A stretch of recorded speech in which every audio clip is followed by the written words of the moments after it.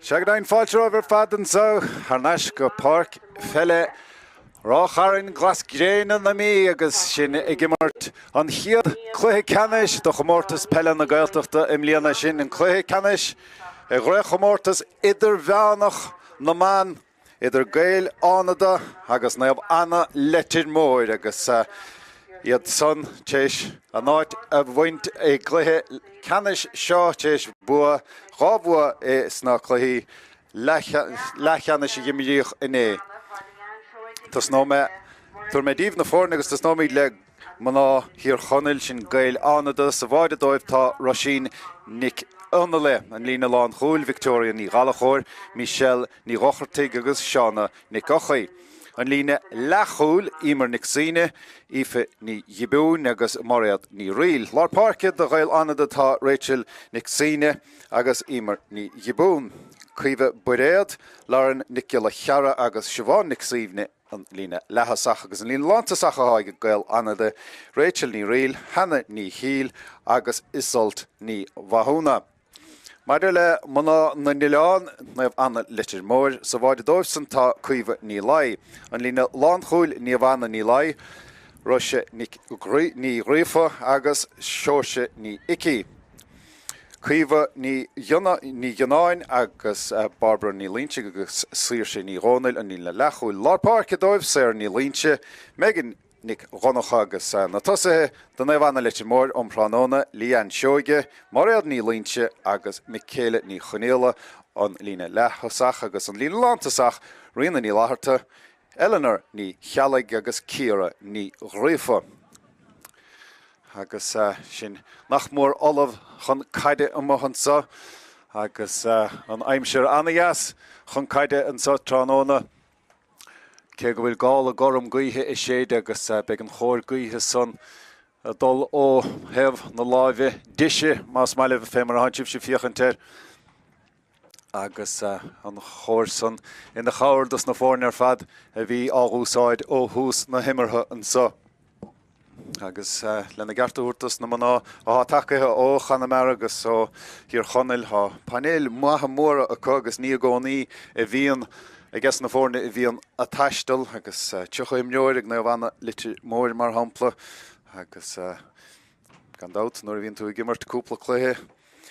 In éon deir seachtaine a bháin bhíon gá agat le scata imreoirí.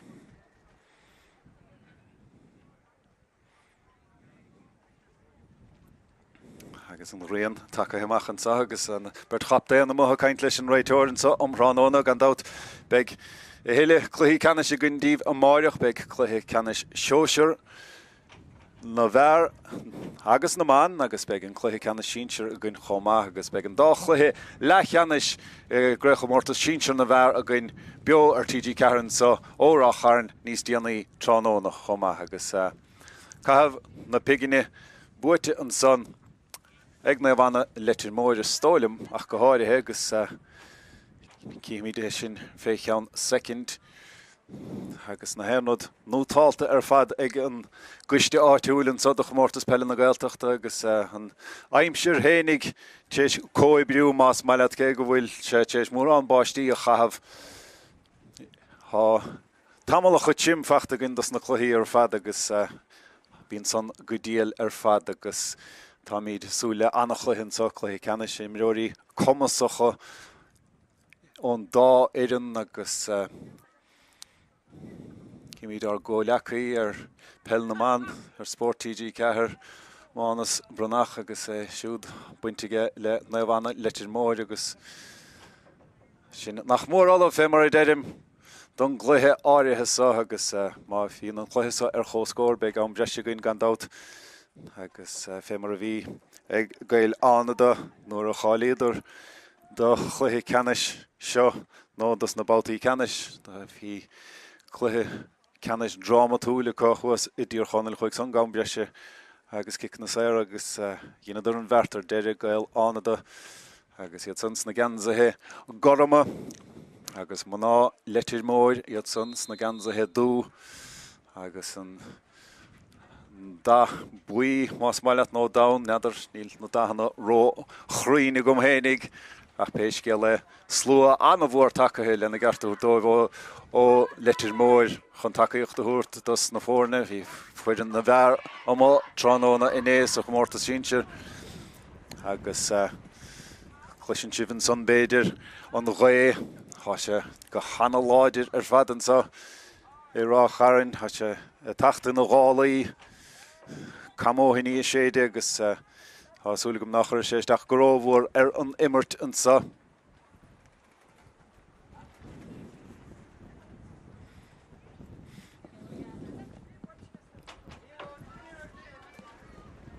Agus tá na héanú do gin chun an Cluiche a hosnú seachas líorthóid as an a lí amach go lár na páirce. Agus lár na páirce orthe ag údrás na Gaeltachta fé mar a chin sibn sa das na Cluiche Ceannais agus an réiteoir Olaf an nocht leanú na Olaf an dá bhínte Olaf agus an áde leis an gaid agus a bhélín na Cluiche Ceannais chra Comórtas Idirmheánach na man an sa Comórtas Peile na Gaeltachta agus na bhana Leitir Móir iad san as túisce I mun selleve hálan san dóibh ha Barbara ní Líonse agus seo mar réad ní Líonse chuma fé mar dúil do chumin ha mór an éidir na mreorí leis an slínig céanna an dáhéamh an sa mór an Líonse agus ní chonach agus mar sin dó agus mór an ní riile agus galachóirí agus mar sin dó ag mná hir chonneil agus is a cosán a an sellibh an báta sa lá an nicil a ceara stracach siaraí agus cic sé ar acu siar I lethe gúla hen siad.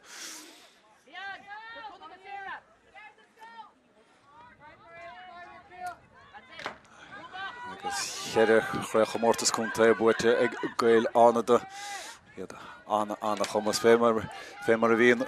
na fórne banna hagan go Comórtas Peile na Gaeltachta ó hir chonneil bíonn siad go láidir na héan bhliain. Nis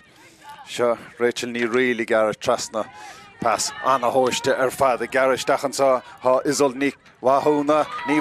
agus an ceansan seolta Harris an trasnána agus an chiad scór fachta an sa tróna ag Gaeil Fhánada agus ní thug seach nuaimid goile ortha é sin I dhéanamh. Isolt ní wahúna leis sin iirecht áirithe san. Nis na bhana Leitir Móir mar réad ní Líonse á thuairt go baribre ní Líonse agus iad dal saolanis go síorse ní rónail ach an sellibh buite Ceannais inis ag Gaeil Fhánada agus iad san I garaisteach há siad dain séireach nuair a hen siad ar an ún sí sin pas glóiteisteach a Johnna dosathe a casa agus a buala an chin sin do bhí Siobhan Nixine agus an dara pointe fachta ag Gaeil Fhánada agus cóibriú cóimar deasan san watha agus amach le cuimhe ní láir ríist chun an gic amach a thógant. Megan nic chonacha méthe garach an accountan na thógant a fachta ag síorse ní rónail. Tá siad buailte éan daobh líne ní Líonse a ríist inis brú damanta acharir déidir léachar chomhfada le síorse sin síorse ní rónail. Ní rónail agus brú Cícras, ocras áthas báint ag tosathe Gaeil Fhánada gan dát má heisbir Cluiche Ceannais I bhuachan caithú ocras a bheithir agus bhfuil buile fachta an son ag isolt ní bhathúna tí bhotúna bhí ann timpiste bhí ann nach an chug stoppathe ag an réiteoir chun seansa thuirta isolt tacht chuaithe hénig ní raibhas aige mar réad ní Líonse é an feic mar jabhar sin. Agus bolaguma don modéal dríochta tócathe ag isolt ní bhathúna agus na hen chance a thuirta tacht chuaithe hénig. Fé mar a bhí sa rátha panel des láidir ag Gaeil Fhánada an sa.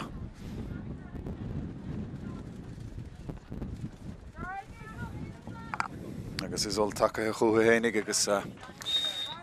Féidir mé díist a brathir mar há pointe fachta hana hénig I céthe agus gan ach cheann nómint mithe nis nabh Anna cuimhí ní Ionáin áthúirt do ní líonse sin mar réad agus é sin I dtíorg an lántasaí a bhainteach ag rás ratha ansá idir vertico agus an bhert diantaigh an lán chomhlaí. Sin seolta amach mar réad ní riil agus níos inis le Lauren Nicula Cheara agus seolta go deas ó dhuine go duine cuimhe buréad inis cuimhe sin pass anna jaas súnc. Well, bhí sé sin chósaléir de chiicsair a chifa in éon chluthe súnc sa rám an son ímar ní gibún agus beag chiicsair isteach an sa agus cuimhe buréad a dul sáilchan an ceann san na hógant.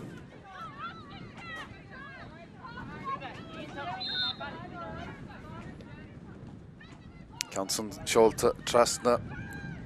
Saul agus há sé ag isolda ríist agus an ceann hín pas se bagáinní beagár ach bhí rialann bontáistin san acu.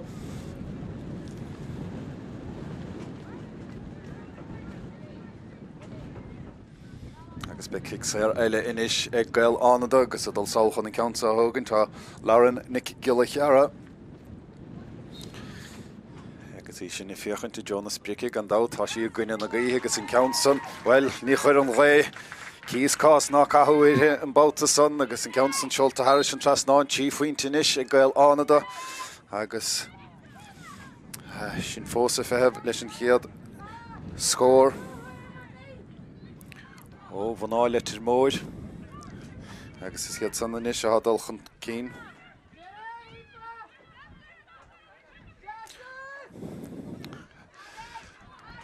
Agus amach leoin is siad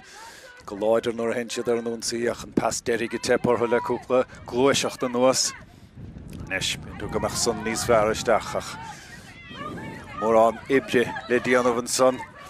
ag Eleanor ní cheannaigh ach an bhart diantaigh a sí gar a slí bháin slí eile sin anna steprinci diantan sonnaigh ach á túr baile hen na timppel cai sí cabhráil dogan éigid an fes an anna hóist ar fad chomhfad le mar réad ní líonse mar réad a túirt fé an ceann mátá hí an lán tá sí go Leitir an lán cholí go Leitir an son Michelle ní ráthirtaigh agus fuair sí súnc sa rám chomh má mar sin ciicsair amach a bheith ann do Roisin Nic Ionala Istigh Mórdha Gaeil Fhánada agus in fertsan I dianta ag Roisin a cha buite Ceannais ag Naomh Anna Leitir Móir há siad a gar isteach diaach sa a bheith daintéir a cha ní chealla istigh ní chealla agus in ceann seolta Harris an trasnáin ag Eleanor agus in chiad buinte feachta acu inis agus bhí sanna tastáil watha mar bhí tíofaointe in chiad tíofaointe feachta ag Gaeil Fhánada agus thug sé nach mór seach nuamtí ar Naomh Anna Leitir Móir ag giad scór ó gháilt inis Roisin Nic Ionala a ríist báta ó bhain eile agus an bhert ag Gaeil Fhánada ar an gceann áirithe sa nis suas an ceann tá bhí baribre ní líonse bhí sí anna Leitir an son nach dro láimh seáil ar an gaiid an son ag Barbara agus ní cad agat son a dhéanamh. Nes sin pas das isteach ach bhí baribre tithe siar agus an dartíantaigh agus job an lechúlaí lárdianta go hanna bhahan sonnacha. Nes nadidir an gcineach an líorthóid rád an son níor chineach mar bhí Lauren Nicula Cheara bhí sí ró Leitir sa glecinn son agus ciicsair an sa ag mar réad ní líonse sáil go chlíháin hall na páirce mar a bhfuil siar sin ní rónal. Siar sé agus cáirice ó Leanne seoige, Leanne á thuairt do rionna ní látharta agus inis bagáinín spáis os ach cóir siúd amach ach amach leis na cosantóirí chomá. Rionna fós amacht há sí fiochainte Jonas Brickig má chasan san isteach bheith sé go glóteach ní dhéanaan agus ceann ar fóríl. Cha sí nóidir fada dhéanamh bhí hénig an son ar a puin cáirich á gáiltice. Agus an ceann tócha gara ag Roisin Nic Ionala. Dúireach liom fadó riamh dúir conalach manáiliom go néirim Roisin do Chus díor chonneilech seachas an róisíne dedim deganá mar sin roisíne thugam mar an máideoir háá péis Gaeil seachún Gaelánach agus iad son rothar chun cín le Lauren Nick Gaeltachta slash céim deasan son wethe an dara ceannach rialan bhantáiste an sa ag Gaelánach má haistíon wethe rúsáid an ceansan buailte agus an ceansan buailte Harris an trasnáin ag cuimhe buréad agus sin puinte anna bhreáin son Bhí rialan bhantáiste a cochomá dá má bhaile rúsáid. Ach ní raibh gá leis an montáiste son níos chear a faointe ag Gaelánach an faointe a bháin. Ag Naomh Leitir Móir. Agus cór na gaotha ag Naomh an ceansan buailte amach a Joe Lár na páirce. Agus isteach le Nick Gaeltachta a ríisteach an bhart díanta gas na cosantóirí an báta áirithe son. Tá rialan bhantáiste a ríiste ag Naomh sin pas deas amach I Joe Cluiche an hawl na páirce. Brú achar ortha agus iad a tacht amach mátá agus an seile cinethe roiad an son ag imar ní gibún agus an ceansan tócathe go róthapaig ag Gaelánach.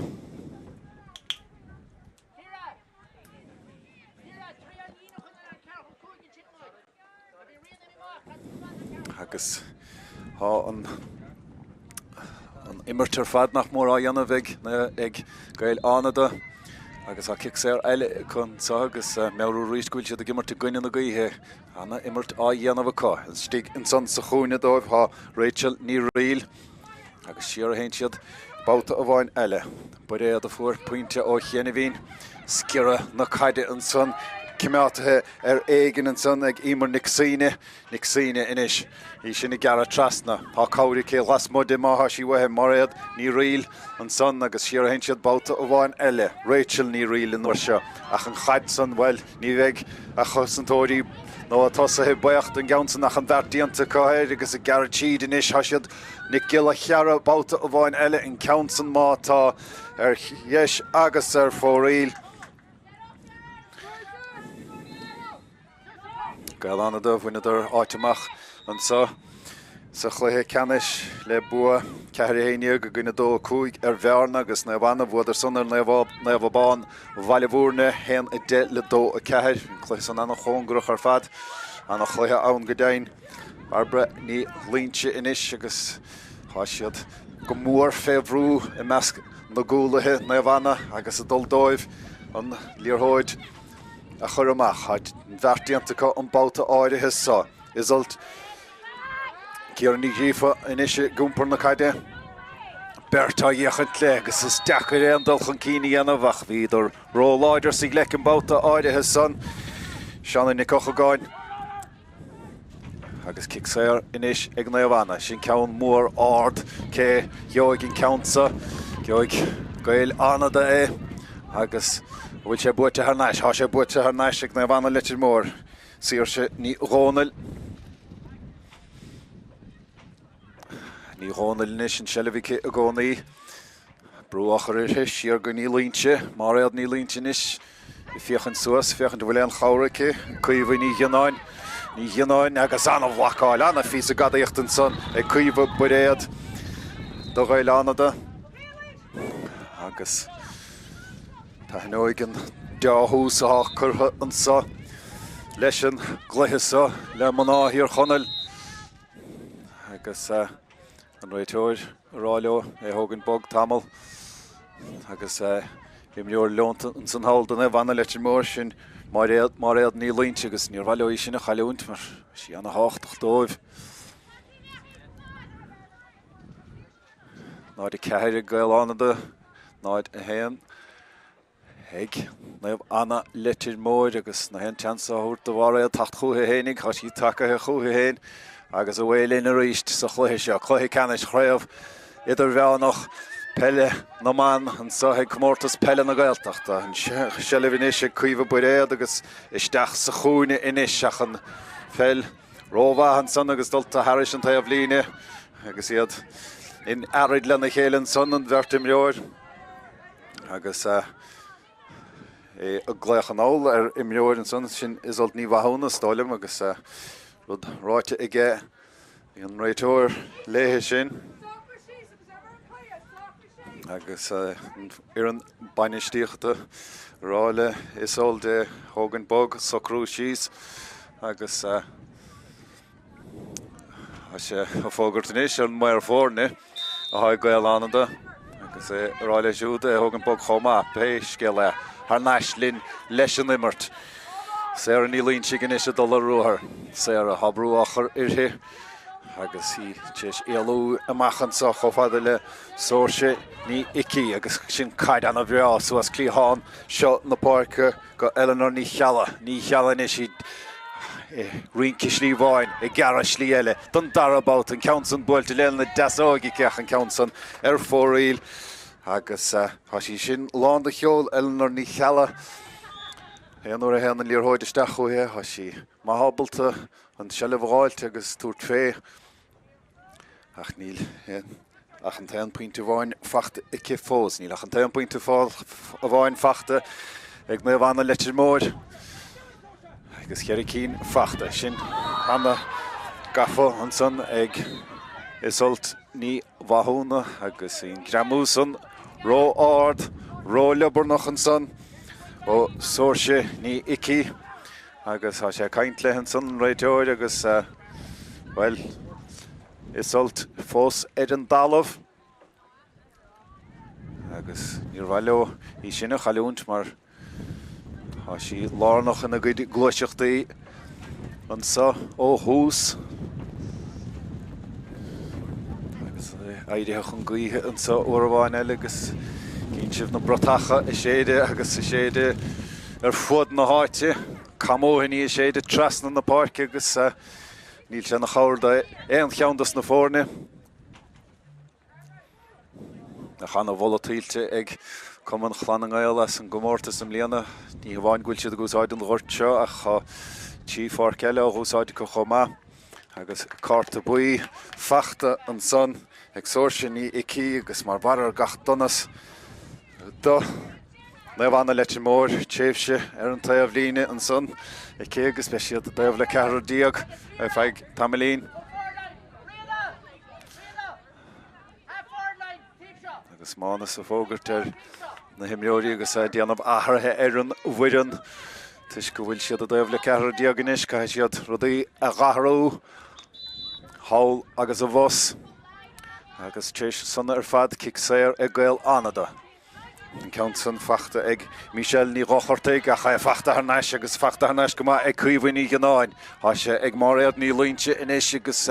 seolta isteach go deasan san go riona ní látharta riona I gara tíd ní leon stad le hon ile anna ggéar mátá stepio Greenkin san agus chur choise an san ar deribéidir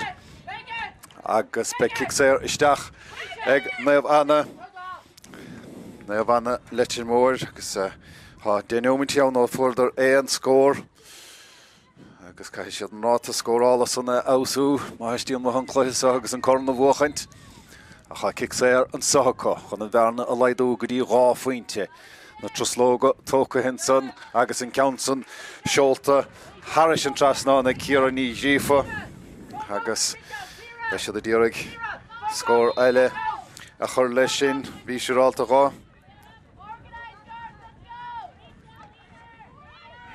Déanóimtí idir an dá scór san na fachta ag Naomh Anna Leitir Móir I níos le Gaeltachta a ríist agus an bhean cíanna san a ríist na cé méadú ar han sé sé haine mo lua isol ní bhathúna agus inis ag Rachel Nic Síne de fiochan suas há cuimheh buidéad an soch an carú lethe Passan ní raibh sé ó úntach ach an bheartíanta a réigen ag Rachel ní riil I gara tíd bertá dhéchant le seolta siar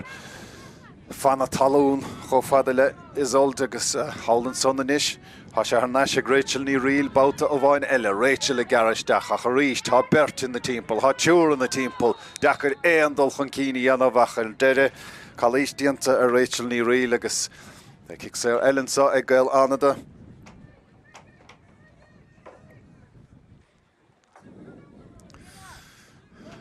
agus a dul solchan an count sa hógan tá Lauren Nicola Chiara for she kicks there ó chéana bhín deis Ceannais. A dara ceann Gaeltí lár slí idir an dá stúa. An bhaint fé an spéide ag an stúa nua leis an Cluiche seo Peil na man inis. Déach sanna bheith dain séireach fósach cic amach a bheith ann, nó cic séir a bheith ann don na bhana Leitir Móir agus an bhil fé an spéide ortha an ceann san ó hógant. Siad a gluiseacht go deas suas clíán hail na páirc ach a ríis tá anna bhrú áchar ag Gaeltachta ortha.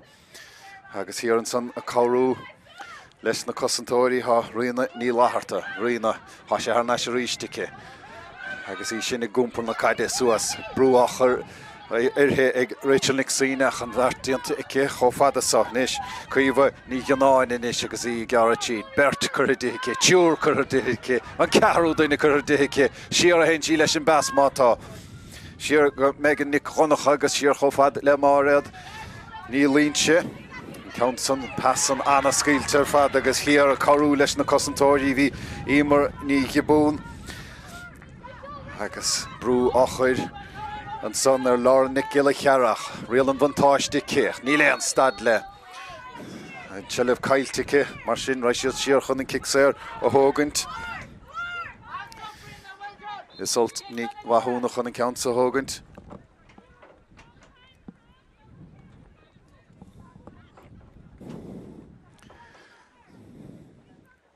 Agus í féchant saol, féchant an bhfuil cháirice nó cad gana sí leis an gceann áirithe sa. Agus lena gartú úr dóibh há slua deastacathe ó na bhana Leitir Móir hí fáin san hálaíad. Agus na dahanna suhansa a san háco. Agus an réiteoir dultaisteach chun cainte le duine dimleoirithe Gaeltachta sin Hannah ní híl. Agus inis tas Naomh de ríist. Fihe neomint agus ceann le na chois imethe an sa sa chiad le. Maná hir chonail chun cín le rá faointe. Agus iad ar núnsaí an sa ríist le í fin ní gibún ach an selleh buirte Ceannais ag maná na bhana Leitir Móir. Barber ní línse díarg an count agus í díarg hógan tapigach ca sí mar tíar dín cúne agus bín son dain séireach bátaí nuair bhíon cícras chun catha ar na tosathe rud a há an tránóna mar réad ní línse agus mé díomh bhfuiln siad i daobh le cethar díag. Agus sóir sin i cí ar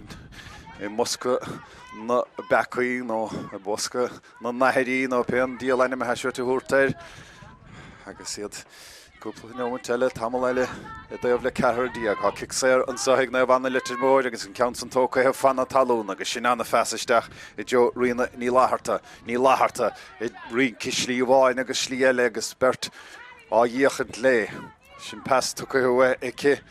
Agus é sin feachta ag Barbara ní línse agus an selleh methe ar an dalamh agus Gaeltachta iad hénig inis éal neomtí díag gan é an scór a gháilt agus níl an Ráth a scórála san maga le ór an dá éan.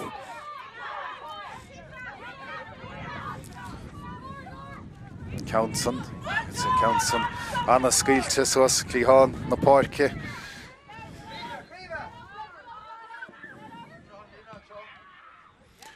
Agus siar a hen na bhana inis, tas nó siad a ríist an san hir le séire ní línse, séire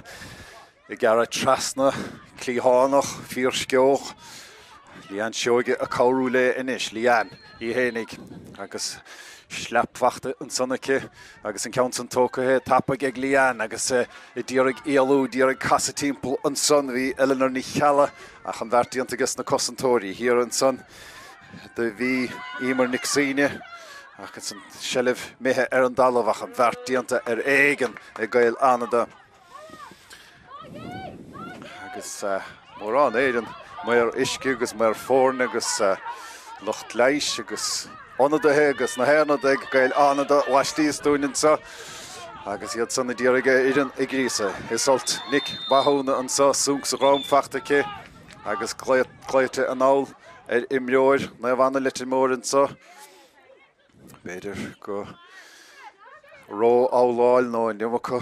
nó rócha tíontan san a cha sé caint le sír sin í rónail an báta sa agus caithigh sír sé é thógann bogan is nó ceol sí sin tamil ar an daobh líne chomá mar éad ní rialin is i gearras suas Cáirice ó Isalt ní bhathúna ha sí seo nó táilta ar fad chun caide an ceann san seolta ar naise jo ní rialacha fachta an sanastig ag ífaní bún agus saoil inis ar nais ag Rachel ní rial a ríist iad a gluiseacht óghaine go duine an ceann san seolta isteach ag lárna gila cheara agus ar bhí ábhí an tail batún ag an máideoir agus ag síochnathe in san líon tán báide ag Gaeltachta agus well an imirt i leanúnt an san agus teála míid an scór san inis feic an second ach an ceann san bá seolta chun cín ag Naomh agus marann siad a gcónaí ní raibhann báide san níor heas sé agus iad a dul chun cín inis. Cheapad a go raibh báide Gaeltacha chamach leo agus níl a cháfuointe idir na fórne inis.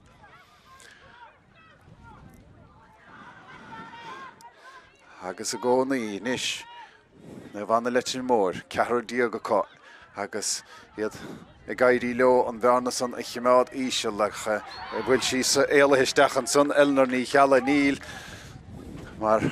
bhí sí begáinín crosta begáinín dána an san sig leice agus cicséir amach a bheith ann do Fhánada.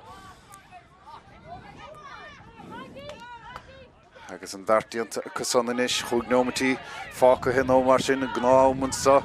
agus Gaeltachta ráfuointe chun cín. Tamil mór fadad gan é an scór fachta acu cheapad a gur báide fachta acu ó chéana bhíneach sin ceap nó dhéon éan a bhróig riamh.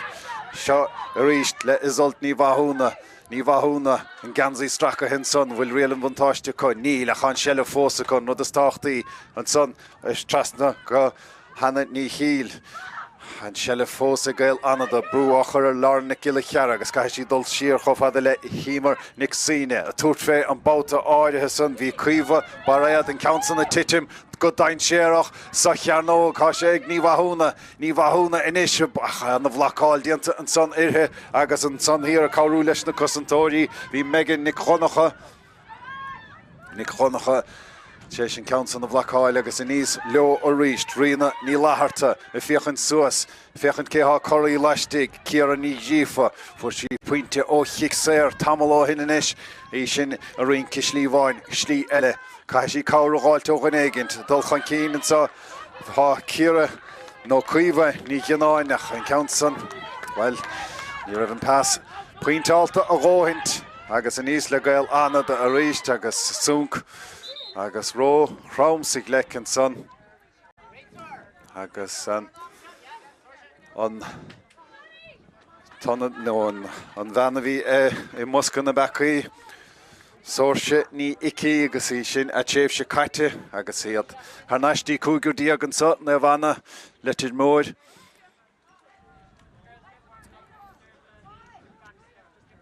agus duine dimreoir a Gaeltachta leontan sa agus gur tú Cluiche is dóla a chraste agus mar a bhfuil an dara imreoir leonta an san dóibh níl í Rachel nic saomhine bhí sí go dain I gcórá le duine dus na Móir fórne agus há sí éidir hena seasa bhinis cuimhe boréad fuair sí tamil sosa an san agus tééis san ar fadbeig cicséir an sa acu chomá 7 nómatí nach mór 8 nómatí fihead imirthe méthe sa agus duine do mreoirí Naomh go déin ar an dalamh chomá mar sin beag tamilín dám cútaí bhagain chomá leis an lethúrach le imirthe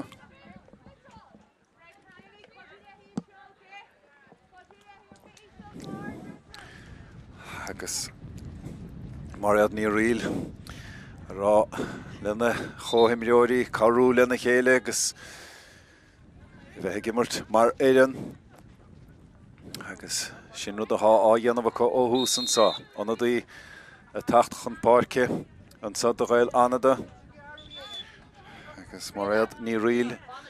a tacht amach agus a tacht isteach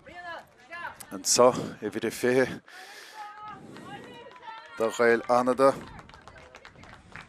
Agus sin derbhla Nic Dávéad.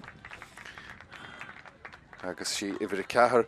seánna Nic Ochagáin a há ó fágant na páirce.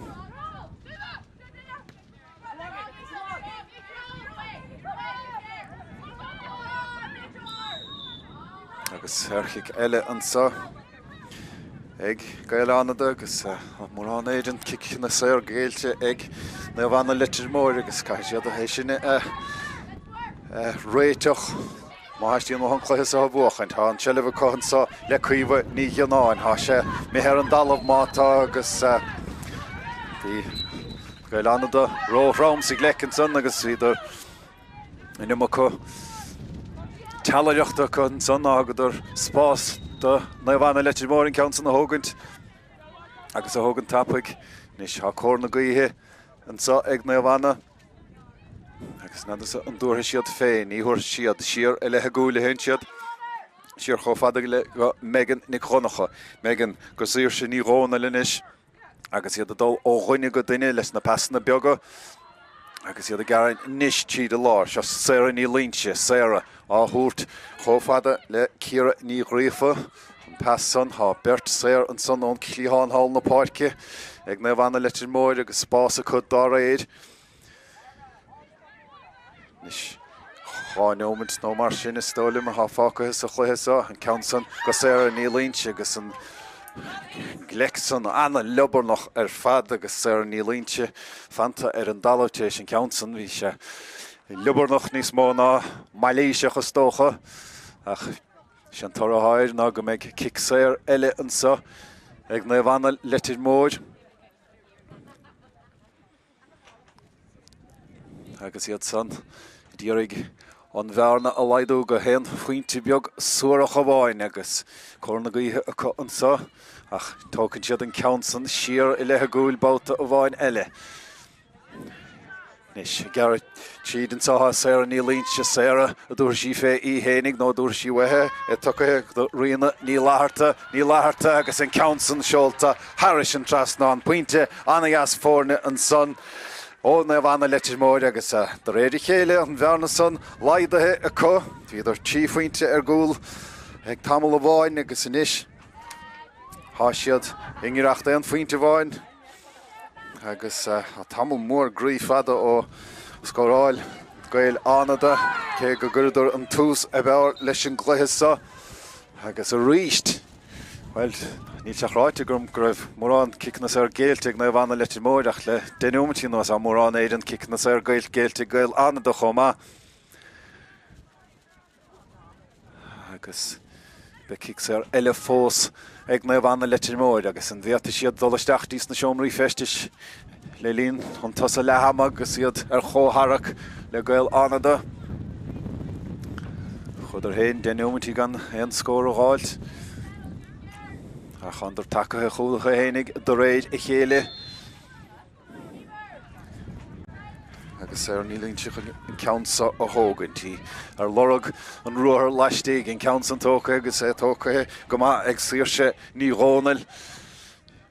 lí sin ní ghríofa inis Ceannais ag ní línse i gara isteach bertá dhéachant le Ceannais inis go Michaela ní chaníala agus an ceann san seolta chlé agus fóríleg Michaela agus níl buin ama fácathe inis an sosa chiad le ag le Ceannais na críomh Idirmheánach agus an cic amach tócathe gara an báutasa ag Gaeil Fhánada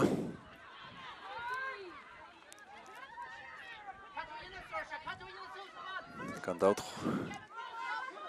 chucín do chluí Ceannais le himmartansa Comórtas Peile na Gaeltachta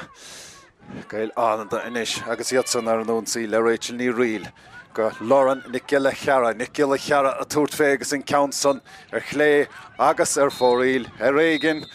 ach chlé agus inis iad a túirt fé na seomraí festis nó a dulguríonn taobh líne péiscéal é agus le hama sristigain sa chluiche Ceannais Idirmheánach bell na man ag Comórtas Peile na Gaeltachta an scór le hama an sa i Ráth Chairn Naomh anna Leitir Móir an náide tí Gaeil Fhánada an náide ceithid.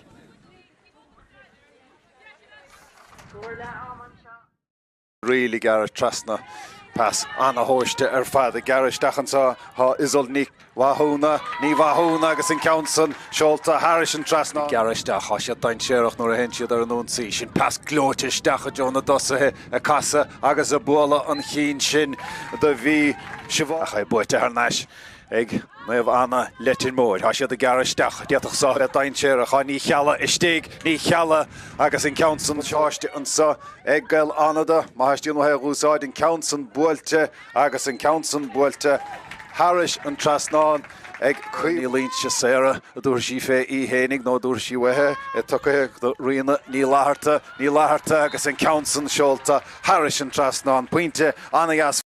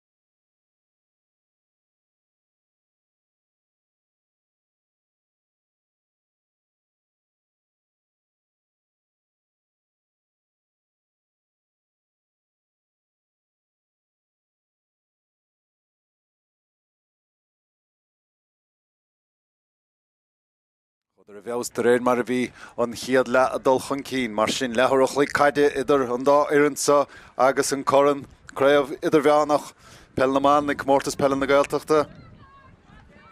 Agus an chiadúir riamh ag Gaeil Fhánada an sa Comórtas náisiúnta. Agus bhuaig Naomh anna Leitir Móir fuadar an chraoch Comórtas I síonsear na mBan ag Comórtas Peile na Gaeltachta sa bhliain a 2009 mar sin jaslan dá ar an copáin coran nó canister sé mar a deirepáidí sé a thuairt a bhaile leo tééis an deire seachtain is seo agus é seo ar an giad Cluiche Ceannais seo gimmert an sa Ráth Chairn an deire seachtain is sa agus mór an ar an chluiche Ráth Chairn feice againn an sa ó Fhánada na Dáithí a Naomh anna Leitir Móir agus saoir ní líonse is túisce a thosnaíonn ar an immertin sa dara le. Tá sé fós a có, brú áchar ortha sin pas clóite isteach Jo Eleanor an gansaí ástracha idthe agus cáirí tastáil wethe an dart dianta a có riina ní látharta níos agus átheola Ceannais go saoire ní líonse. An bheith na hosnaigh an Cluiseach sa tá sí gartha isteach agus siúl fuathe. Ceannais an sa go riina ní látharta agus an count an buailte cé agus an count an Harris an trasnáin sin anna faoint an dara pointe fachta tróna ag riina ní látharta agus sin ar chótharaach gan na nómhaint a bháin sa dara le caite. Agus inis anna hús curtha leis an dara le ag mná Leitir Móir an san hir ag antar na Nileán ag anna mar agus inis na conalaigh Gaeil Fhánada a dá chun cín. Níl siad san te scóráil le tamil mór grí fada agus caiith siad tas nó scóráil a ríist. Isult ní bhathúna í sin anna bhrás a chóthús an chluiche. Bert tiúr cehar bailthe timpeáirthe agus caiith siad dul siarach bhí réal an bhaintáisteice agus be cicsair an sa ag Gaeil Fhánada.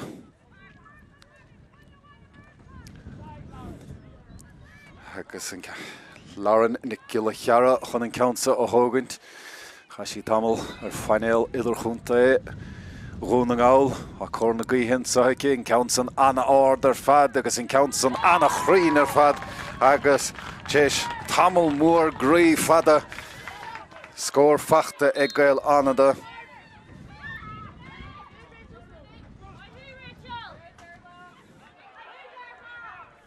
Agus an ob churthach an cín a cosan a ríist. Rá neomhaint caite sa dara le, rá faointe fice an ceann an taobh. Naomh anna Leitir Móir, brú achar ar na cúlathe fé mar a bhí sa chiad le, agus an seilibh an líorthóid cimeátathe, rád an san ag barbre ní líonse. Agus é an bhuail féin spéir níl ar Gaeil Fhánada a tógaint an chin sin agus súnc sa grám. Fachta an san ag cuimhe buréad agus an count san seolta isteachacha. Chomh le hana ní chial brú achar irthe cabhracha ó Lauren Nic Gile Cheara agus brios do ghála tucathe ag cuimhe buréad an san nach ní cheapan réiteoir gur feic mí cheart leis sin. Tá sé ag imar ní dhibún inis agus cicsair isteach a bheith an sa ag Gaeil Fhánada. Locht Leitir Móir aga cheart gur cicsair amach a bheith an san nach gan dát ní go san a hán adóig ach ag an réiteoir Lauren Nic Gile Cheara. Dá scór dearnach fachta ici sin. An count san buailte, an count san na tiite me míle bháide agus well. Bhí chans le Naomh anna Leitir Móir go raibh dóint cosantóirí siar an sanna coch. Bhí mar bheith an deach cosantóir bín tú gcónaí a feide ar an líorthóid gara nó an líorthóid i bhuailech an chuaile. Agus inis Naomh anna Leitir Móir. Barbara ní líonse cheola siar go suirse ní gcónail agus siar a siad amacht. Tá siad a gimmortin seo eile agus inis mar sin dulchan cín á dhéanamh có. Mariad ní líonse. Ní líonse á cheola an sa go ciara ní go dhíréfa. Ar sí pointe ó chicsair sa chiad le.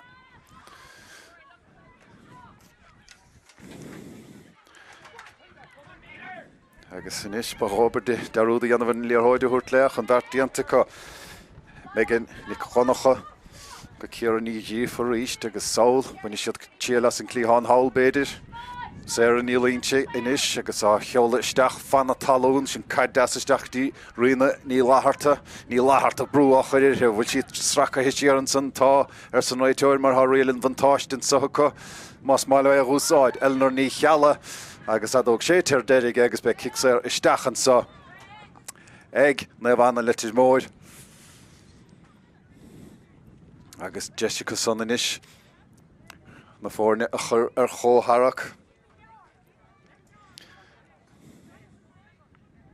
agus onadaí a tachan páirce an san don na bhana a chím an sa leistí stúin clíana ní cheala prapáil an tachtasteach ach fanamíd leis an immart seo kicséir tócathe gara acu na bhana Leitir Móir agus iad a dul a muoín na passanna beaga gara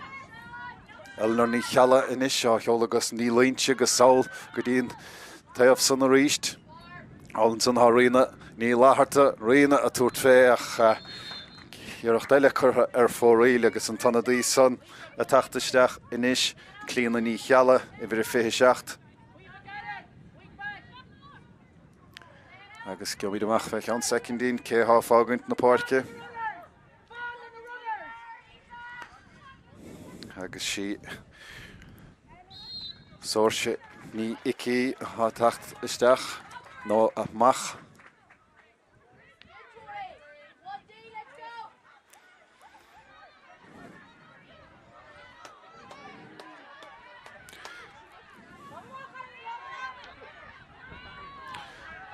Nes sele ver an dalamh an san an líorthóid ar an dalamh go háirithe agus Ceannais isig maná Leitir Móir ní línte a ríist tá sí lánach an mórándas na gluiseachtaí há ag na bhana Leitir Móir a bhfuil siad éalathe isteach an sá bhil bheitís éalathe isteach ach anna mar tar feidir an lán cholíí sell ní gáthirta an san do Fhánada hí báide siúráachta chun san da meach an pesan dulta I gceartdóibh na bhana ach bhil sin ceapná gnéomhróid gríomh agus duine de mreoirí Gaeil Fhánada sínte agus an crompatha crastis seathastóilm agus duine dá có imreoirí a dul isteach I bhórdi hintiidthe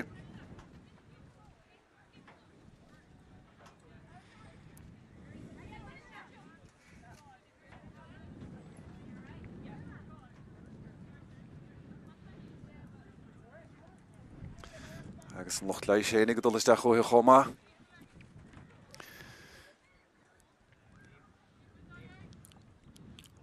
agus tuair fan na hen deiste tacht chútha héin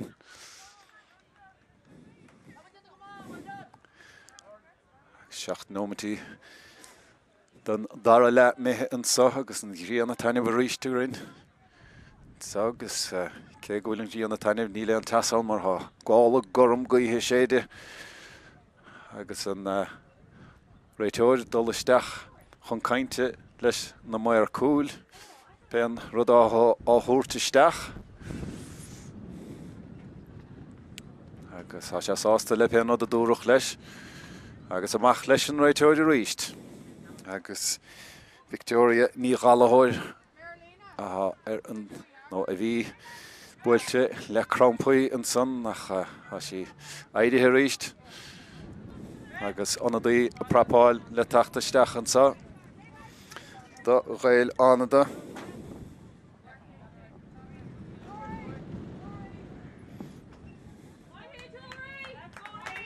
agus sin I bhid I fiche sé níomh Nick Dávéad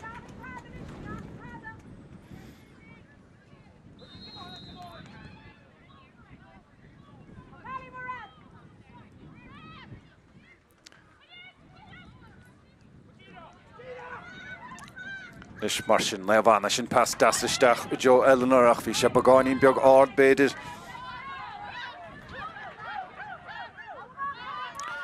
agus an immert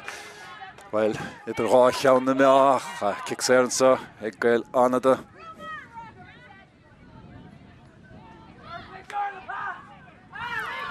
agus Sarah ní Leitir de Chairn Dalavan son agus locht Naomh Lura kick Sarah ní Mórdha agus siad Gaeil Fhánada a dulchan cín seachan a hap a dúrachlín riamh agus an bhartíanta ag Naomh ní lei in gan áirithe son.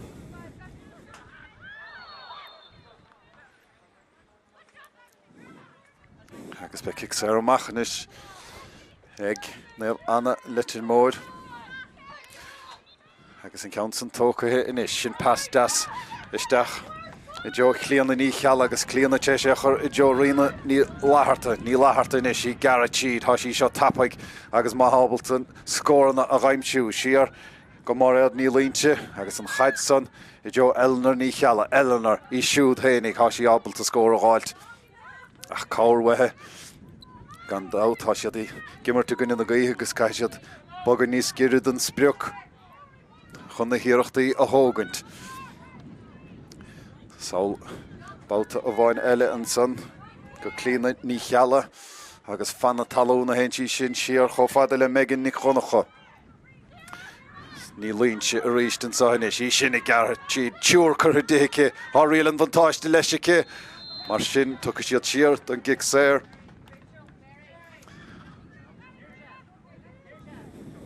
Agus crampaí a chur as inis da Rachel Nixine stóla má sin Chairn Dalavan son agus gandát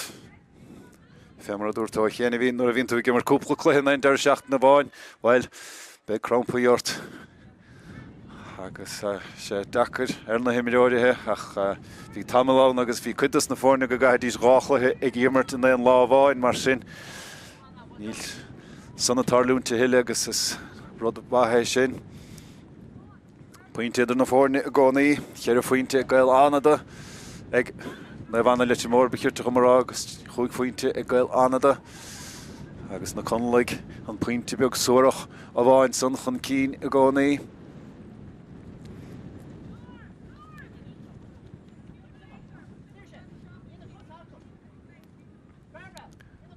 Agus be míad ag tosnúiríos le kick séir Naomh Leitir Móir.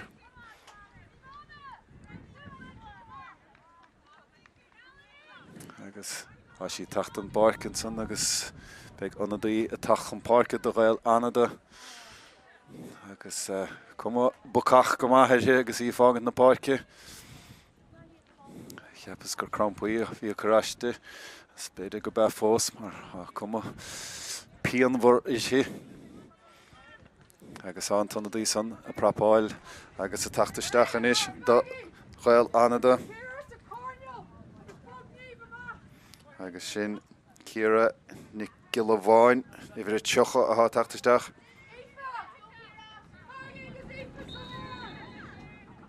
Agus té son fad inis beag an kick séir son a gcuin rina ní láharta inis chá faointe fachtacha hana. Agus an count san buailteach beag seo daintéarach fós mar bhí sé túrlingt sa chearnógach in idir na dálach a dulta fóraíl agus ceann eile chur fóraíl ag Naomh Leitir Móir. Iad pointe chun deirí go gcónaí. Agus tíneomtí diaag mithe sa dar a leasach ní le méid son don immert ficithe gcuin mar go raibh cúpla stad son immert an sa mar sin beag níos mó ná son le immert fós a gcuin.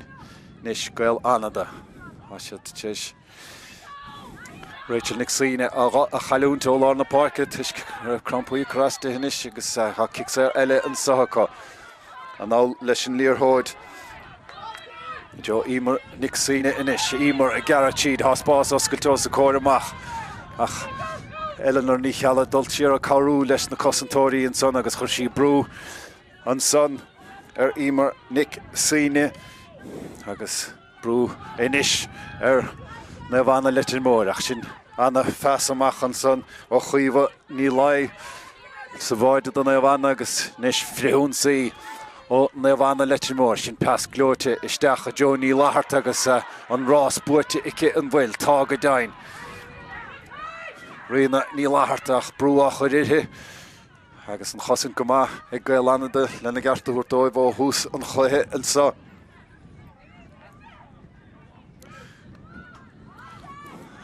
Agus iad macht óghine go duine mar go plúcha I bhaim ag Gaeil nis. Tá sé gan dandain séireach Eleanor ní chealla Eleanor rinci slí bháin slí eile. Tucha dí ní línte cé agus sin pointe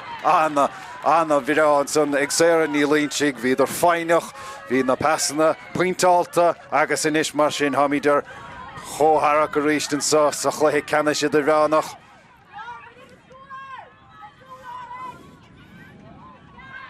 Agus bhí mar feitheamh cháinúmatí díag idir an dá scór dearnach há ficithe gainn an sa nis. Gaeilánada an bhfuil freagra láthreach ban buí an pointe san ó héir an ní línte gin count an builte lagaíocht deire agus ní choirigh san éan bharraigh féan spéid chuomh ní lai I máide Naomh Leitir mór. Chur amachchan sanna cí chomhfada le megan ní chonacha agus an count san builte Macha na Peile ní chonéala agus cáirice an son hir ag Ciara ní grífa Ciara I féchan suas féchan céá choirí laistigh sin pas anaias isteach an pas ó haithníon le tosathe ar nós Rina ní Laharta Rina I gara saoil féchan do bhfuil cháirice ón déobh hauld an barc an countsan builte lena gharnacha sír sin ní rónail a chanamh lacáil a ríist agus ní héad an gíalbáta an sa Gwyl blacáil feice gainn I measc cúlathe Gaeilánada. Isult ní bhathúna inis agus í sin I gúmparn na caide. Bhí si anamhráosach sa chiad le, si ní sa ciúnin sa sadara le, súncfachtacha ón I bhíidir cúgdíag eile sin Ciara ní ddífa agus be cicséir an sa I Gaeilánada. Siar a hain siad leis an gceann áirithe san. Ímar nic sína inis a dólar an únsaí dóibh san. Siar a hain ímar. Agus saoil a hain siad go clíháin hail na parc in iarmhan passan thar bhla berte ach híon mariad ní riil an bhartaid. Agus há sé ag isult ní bhathúna inis ban hadain séireach fe mar a deirim ach í lecathe chun talún an son is be cicséir eile I Gaeilánada hamid ar chótharach ar chó scór gob gob penslí heistíon wait ha chuú cuinte an taobhann sa hagann sa chluithe Ceannais agus mé rúbeagdíobh go méid ambreise a gcuinn an sa má bhí míad ar chótharach caithfidh an chluithe sa cíochnú in óbh. Siar a hain siad chomh go níomh ag dábhéid agus Tá siad a glóiseacht go maithan san nach an san nómad dearnach bhail Ceapas hénig go raibh an seilibh go raibh an líortháid sleánathe bhtha an son nach ní raibh agus be cicséir an sa ag Lauren nic gile cheara Lauren siar a hain si a ríist. Buna siad sial as an clíháin son ó beidir go raibh siad saoil trasna a ríist in éigen na siad. Níomh Nic Dávéid agus saoil inis go derbhle McDávéid. Derbhle passan curtha a bharas go deasacha go isult ní bhathúna isult an seilibh cailteacha brúachar irthe bertáíochant lethe túráíochant lethe an seilibh cailteacha bhil cheapas go raibh sé cailteacha í hénig an son nach róláidir sa glecin son a bhí Naomh Leitir mór agus be cicséir eile an sa ag Lauren nic gile cheara.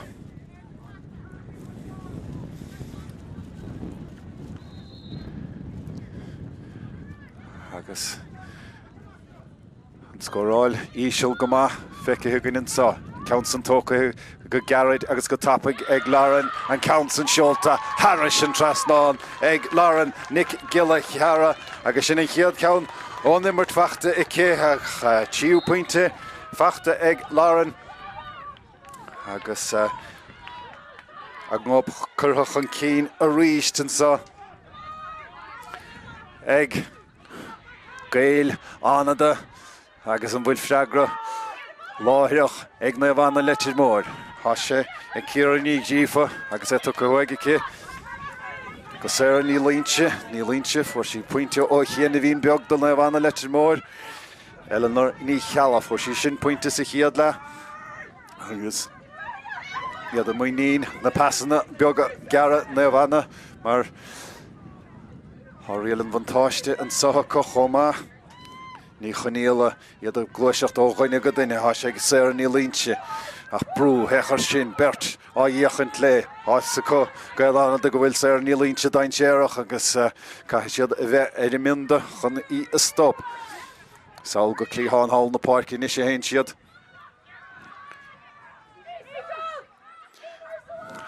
Agus iad buint síal inis as lár buil. Peile ní choníala an son. Agus sunk beag fachtas a rámacha agus kick séir isteach ag Naomh. Há siad pointe ar gúil, cai siad pointe ráilt. Há fihinómint do gná am caite ginin sa. Agus ganna chun pointe beag suarach a bháin son idir na fórne.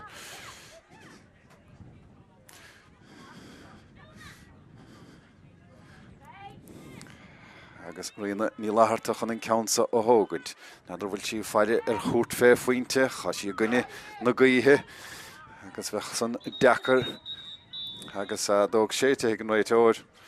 Agus chláoch Saul gcuine do chosantóirí a Gaeil Fhánada.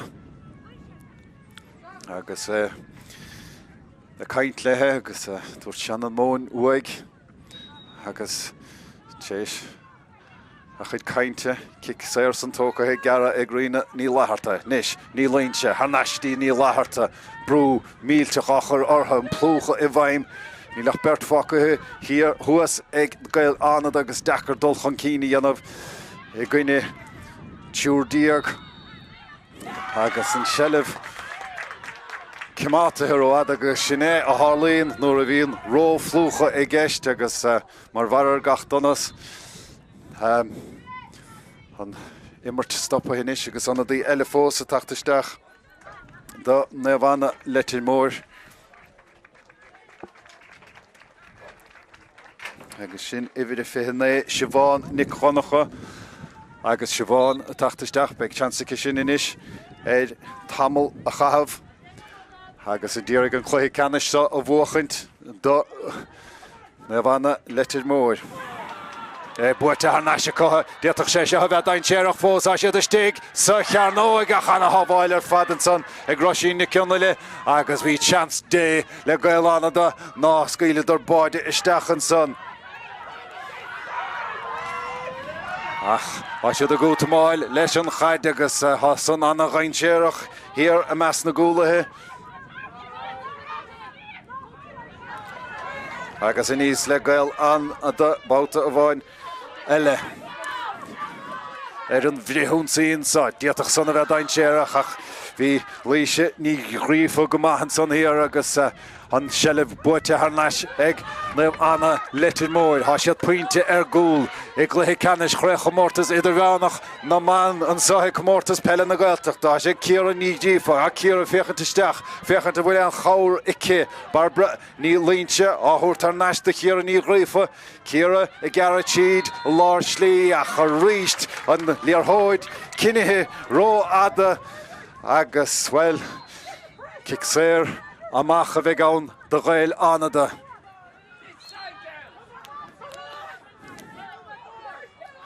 Agus ní ceannala chun an ceansa na hógant, well, déach son a bheith dain séireach mar a meach sí chó pointeálta ach bhí sí Roisín pointeálta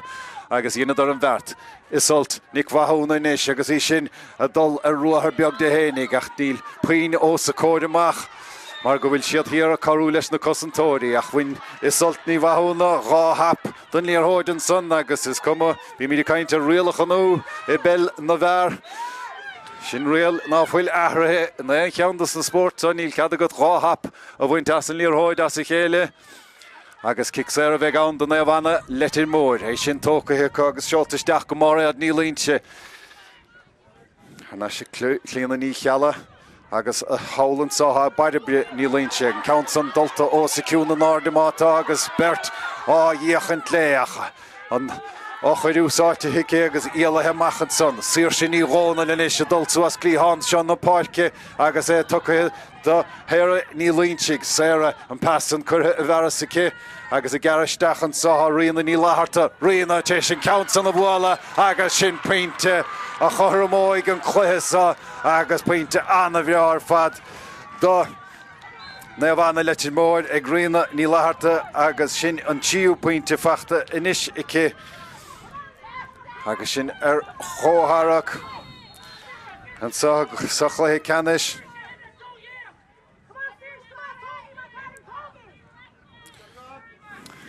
Nis mar sin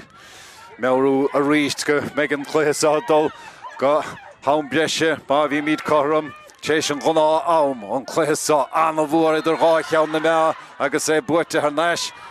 Well, cheap Naomh anna agus mar réad ní línse go raibh an líorthóid buaite Ceannais ó agus beáinín beag talaireacht an son ó bhariad ní línse agus an líorthóid á chahabh Siaracha agus tá go chun cicséir chun cín níis saolann sa go clíháin seo na páirce dearbh le Nic Dávéid a cheolas suas chomh le isult níomh a húna níthe ach an ceansa dul isteach agus súnc sa rám feachta an son agus well cad a thárlóigin sa ag an teileh buaite Ceannais ag Naomh anna Leitir Móir.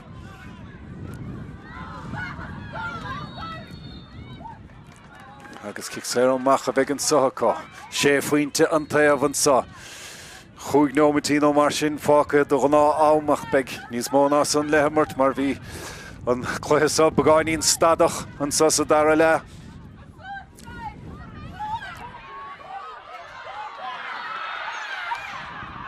Agus cicséir eile an sa. Ag Naomh anna Leitir Móir.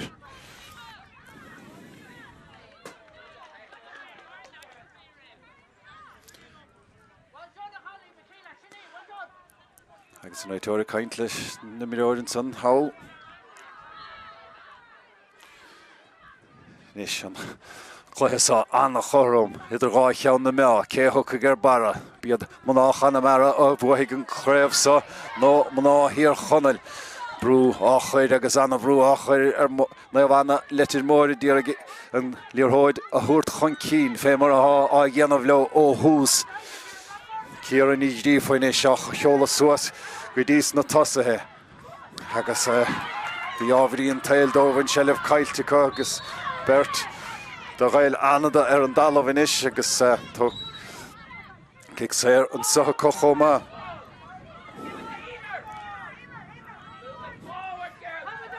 Cuomh buiréad a díar inis an ceansa óthógant agus siar óthógann siad an ceansa.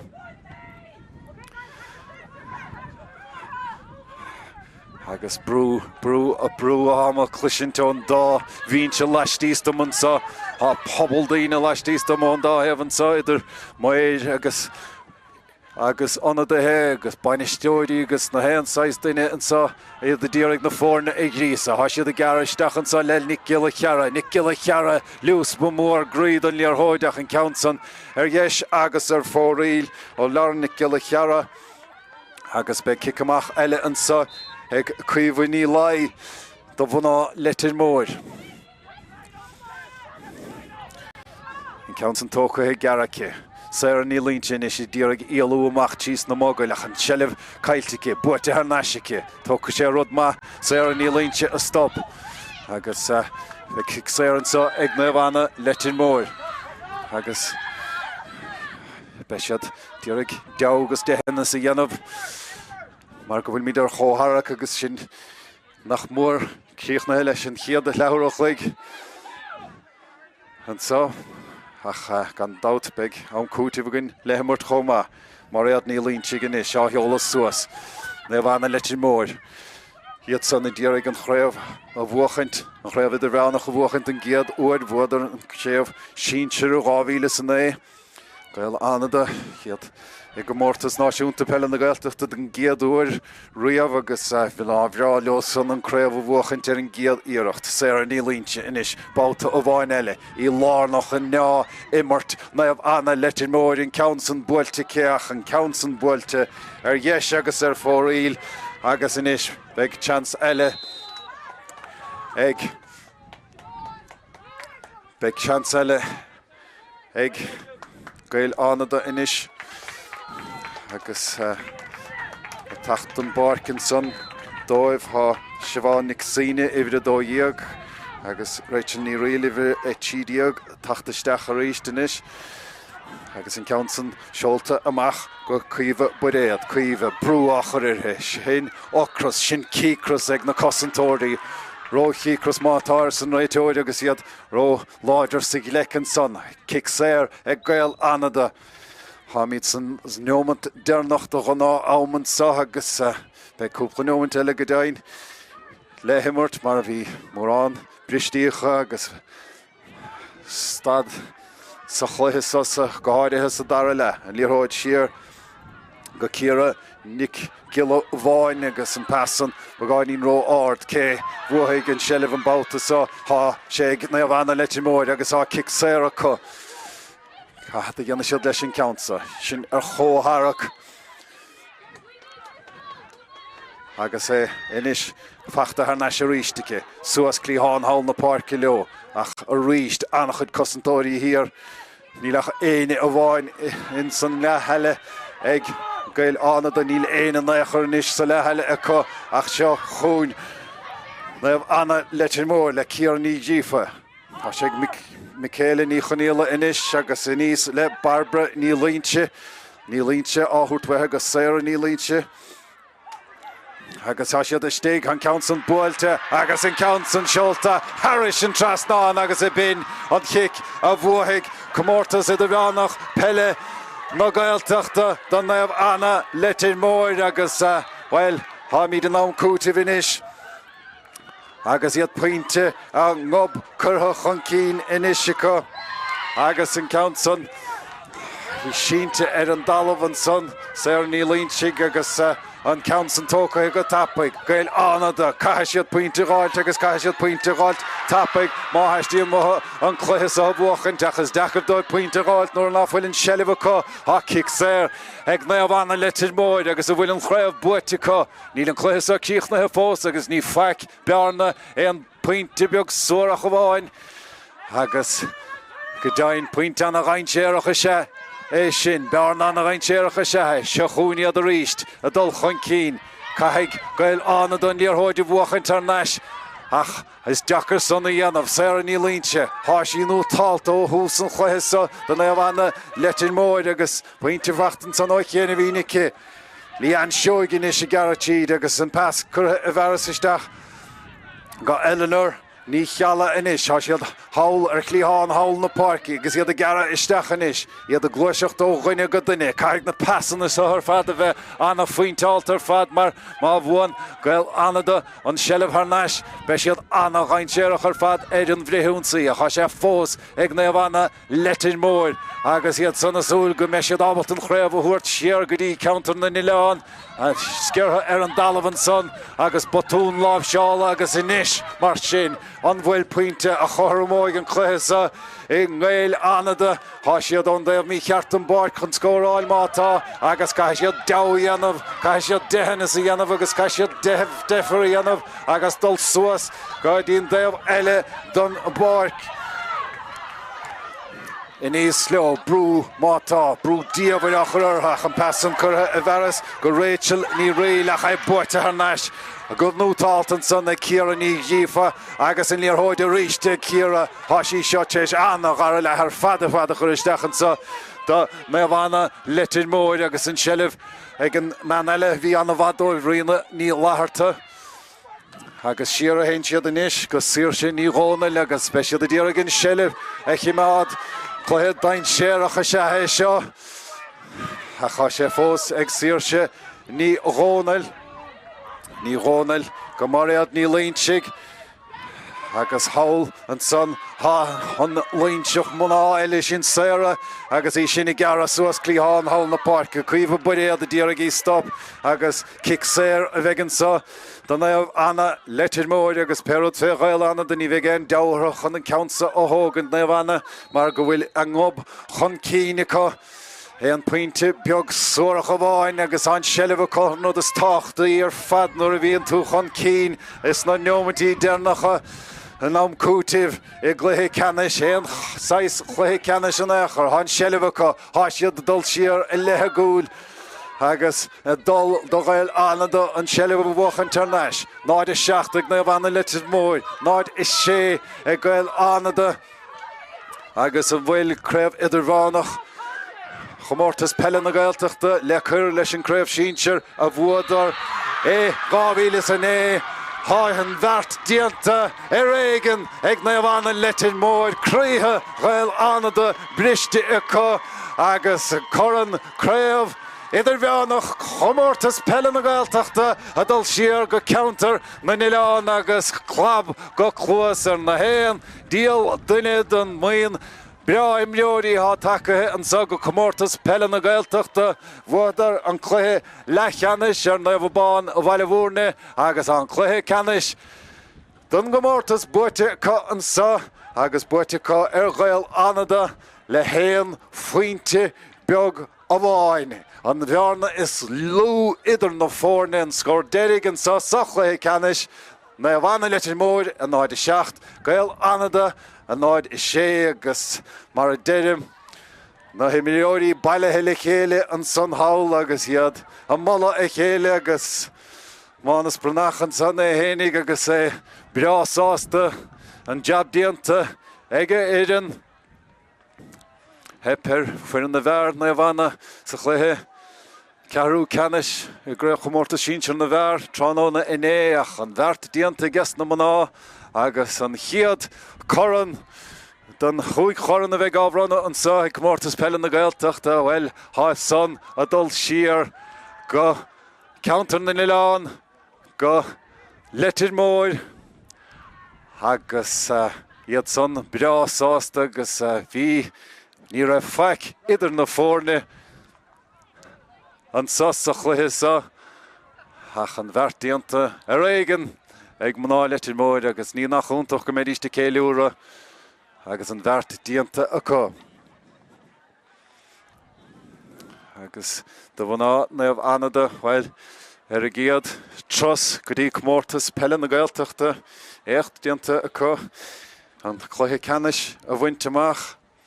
agus bí cinnte rá go bhfuilid a cuiineh ar Comórtas na bliana se chuún Hanna hénig be sé níos gire do bhaile acu agus be siad a dul céim níos a hí agus an Cluiche Ceannais a bhuachaint.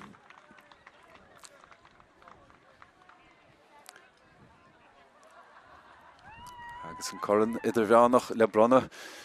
dátá Comórtas seoisir sínsir agus Idirmheánach I Peile na Mán Comórtas Peile na Gaeltachta agus cínte an son an loch leanúna a tacht chun páirce agus bí srátacha go méid céiliúra hawl san áil phobal tránóna agus go díanaí na híthe agus go dainar feig 7 leihantaig Naomh Anna Leitir Móir mar go bhfuil an creibh Comórtas sa buaite acu don giadúir riamh agus an loch leanúna mar deirim bhaile heisteach ar chaon taobhann sa agus tá sé tucha féin air go mó hús an Comórtas an sa go bhfuil mórán éiad an daoine takeithe dín Comórtas ó Leitir Móir agus well beag rud éigint sa bhuaitecha dul bhaile agus an creibh seo buaitecha ach go háirithe.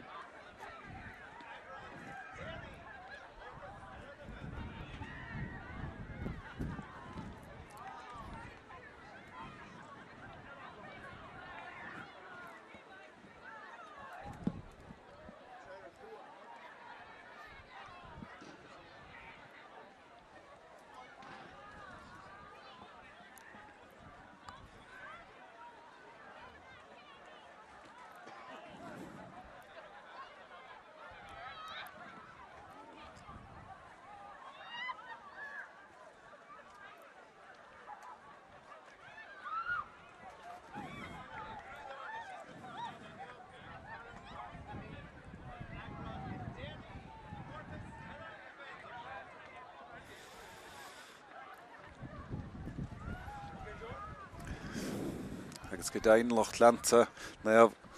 nó chuil Fhánada dul isteach an takeúla son chomá agus eistir mór fada a dúig ó híor chonneil chur dóibh son agus well fiat siad a bheith broadúla sa de swantas an mar níor a feic inéachar idir na fórne an sa diaach éon cheandas na fórne bheith éis an Cluiche Ceannais sa a bhuachaint ach siad na bhana Leitir mór ag ghéanaan bheart éigen deire le héan faointe beag ó bháin ná de 7 na bhana Leitir mór ná de 6 ag Gaeil Fhánada.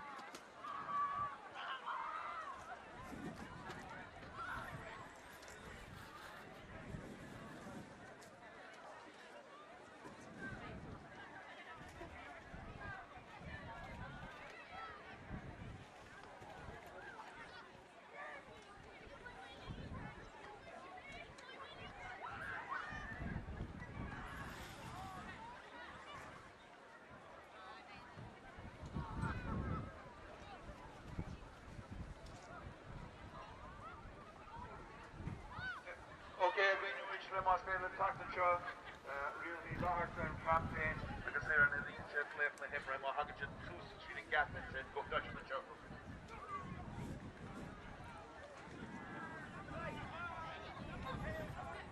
So Tasha Fisher on good campaign.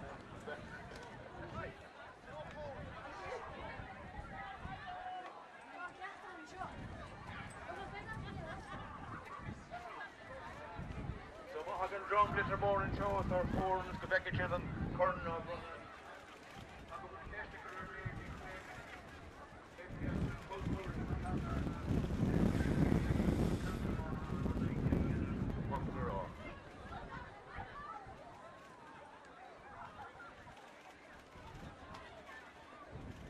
agus a Domhnaigh agus some ag bhaint ansalt a Fhánada san Mórdha seo.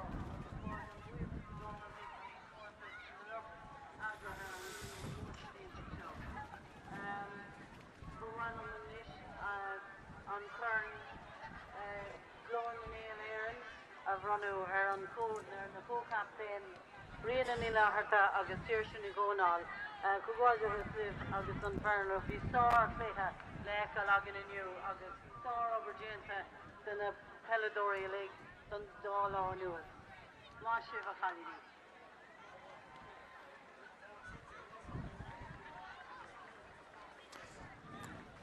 Agus an bheart chaptéan san rianú ní láthairtha agus saoirse ní gcónail agus iad a ghlacha le chun chóir na Gaeil éireann agus iad Bras ásta leis an méid san agus fógartha chomá go bhí sé ní líonse leach na himmarthe sa Cluiche Ceannais an sa agus craobh Idirmheánach fel na man na Comórtas Peile na Gaeltachta fés a fé cúig a dul siar go Leitir mór. Agus an scór déirnach an sa uair bháin eile na bhana Leitir mór an 7 Gaeil Fhánada an 6.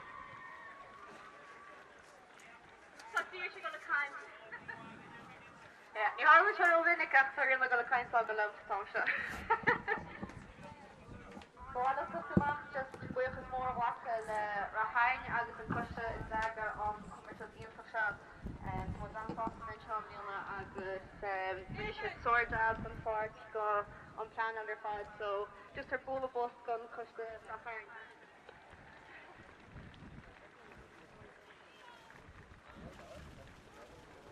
So you're doing some of your more work for them Domhnaigh at the time because more here you don't want to join us agus tá ag Cluiche Peil agus is cruiseach an obair choirí to do Miss Bhutain agus some of your buchas formí sa bhar a sa mar so full subject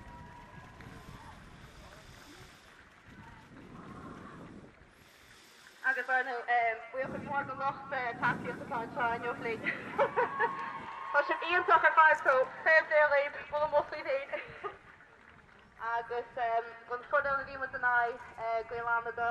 is fud an discussion agus níor thug sib suas a dtíon núma dead so fair play agus má cínsa go mééis bit eisna seoríis agus go méid bua a bhí lácí so tí hip hip marí go Gaeil Fhánada mar sé heile hip hip hip hip hip hip agus feiste go gur buchas a bhacha le na daoine a near na oriachtain so Apollo Interiors GG Catering Mórdha ní bheith na ganci brasáin agus ní bheith fóid san teag Comórtas achanad so just turn with full work up come on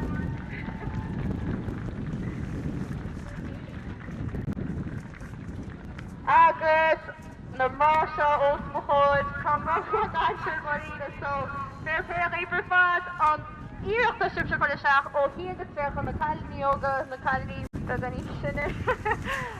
just fair agus me gur bula bus mór chuid winnear chumá.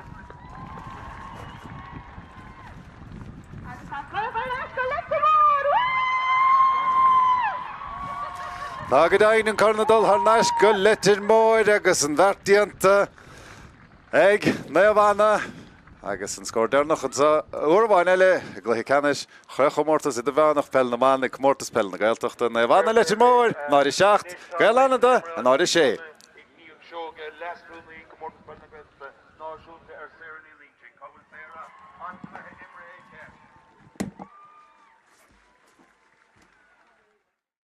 Really gar trasna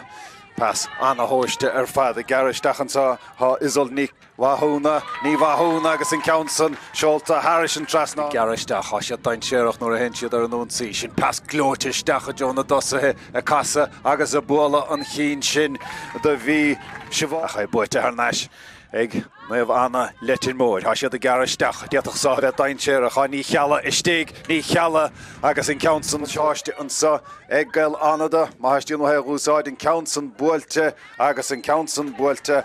Harris an trasnáin ag chuí líntse séra a dúir sí fé í hénig nó dúir sí wethe I tucha riana ní láthirta agus an Council seolta Harris an trasnáin tá sí garthaisteach agus siúl fuathe Tháirneas an sa go riana ní láthirta agus an Council buailte cé agus an Council Harris an trasnáin níos há sé gan dandáin séireach Eleanor ní chealla Eleanor rinci slí bháin slí eile tucha dí ní línte cé agus sin pointe anna í siúl go maith feice gan insá Council tócha go garad agus go tappaigh ag Lauren an Council seolta Harris an trasnáin ag